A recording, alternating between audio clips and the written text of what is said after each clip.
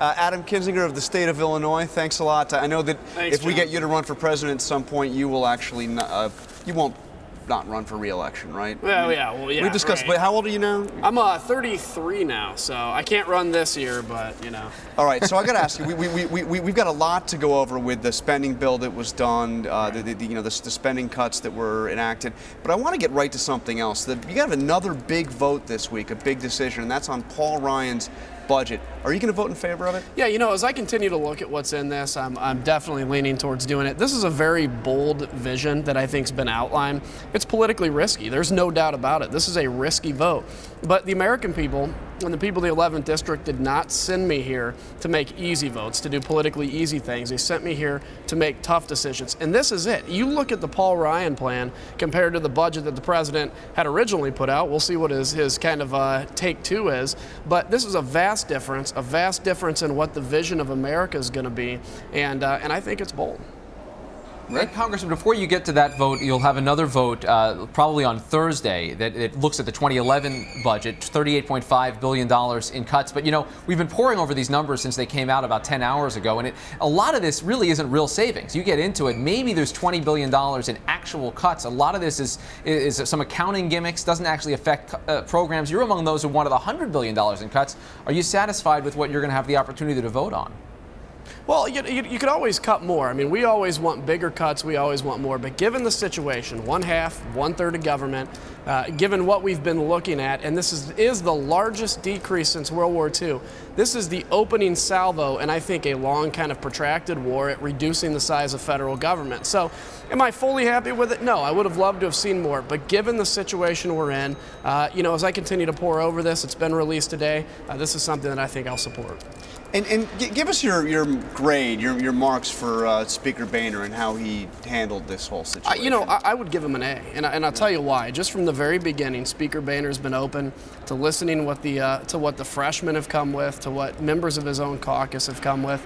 And he's taken that information, he's taken it to the White House, he's taken it to the Senate, and he fought, I think, tough as nails to get what he could get. Again, there is a political reality here, which is there's a legislative process, and we have 1/2 or 1/3 of government. How many of your colleagues in the freshman class do you think end up voting against this? It's really hard to tell. That's something that each one of them, I think what's been noticeable throughout all this is there's no monolithic necessarily freshman class that agrees on everything. We agree in principle, we agree on where we want to go, but there's some differences in tactics. But I think you see the freshman class and the Republicans pretty much stand together on this. You'll have some exceptions, of course. But so the majority of the freshman class is likely to vote for this? We'll see. I think that's a question you'll have to ask each person in specific. I know that this is something that I'll support. Okay.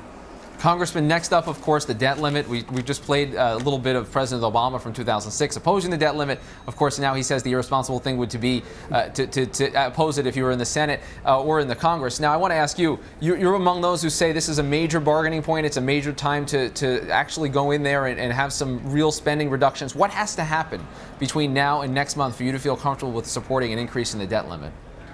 Well, look, here's the situation. The debt limit is a symptom. It's not the cause. We have to find out what the root cause is. We know what it is. It's too much spending. It's this culture in Washington, D.C. that we can literally spend whatever we want, and we'll find a way to print money or take on debt or to make up for it.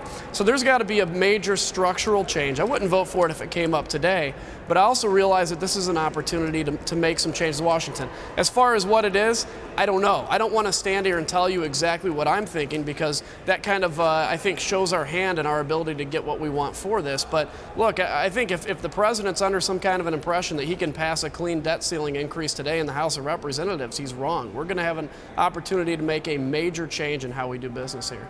So even if the risk is what the White House says is basically economic catastrophe, I mean, even if the risk is voting down a debt ceiling increase? I think that's a decision the White House has to make. I mean, the White House looks at this and says, okay, we've spent over $1.6 trillion of money that we don't have. So we have an opportunity, you know, we've got to figure out what we need to do to rein in the size of government. American people spoke very loudly in November. The president has shifted his tune a little bit. We're hearing that he's got his second budget coming out for the year or whatever. So I think he realizes that the American people are united on this. And I think it's up to him to work with us to find out a way to structurally kind of do how we do business here. But as you say, the debt limit. As you say, the debt limit is not a symptom. I'm sorry, is the symptom. It's not the cause of anything in here. It's about coping with what's already happened. Do you not buy the White House on this when they say this would be economic catastrophe, a disaster in the markets if we were to not raise the debt limit? Well, look, again, we're going to find ourselves in a position where we're going to be made with that point, and the White House has a decision to make. You know, I know a lot of pressure is being put on us here, and it ought to be. We're in politics, but the White House is the one that really needs to take a leadership role. They're asking us to increase the debt limit. Give us a reason to do it. Give us a roadmap for the way out. Say, hey, look, we need you this one time again to increase the debt limit, but here's a roadmap to get out of this. If I had a kid that was maxing out his credit cards constantly, and I knew he was in financial trouble, the answer isn't just to give him another credit card without putting him on a plan to really get his finances in order. So let's all work together to do that. I believe we have a real opportunity here for, frankly, both sides to work together to achieve that. All right, Congressman Kinzinger, thank you very much for joining us. We'll see you on Top Line again soon. You bet. Thank you. Rick.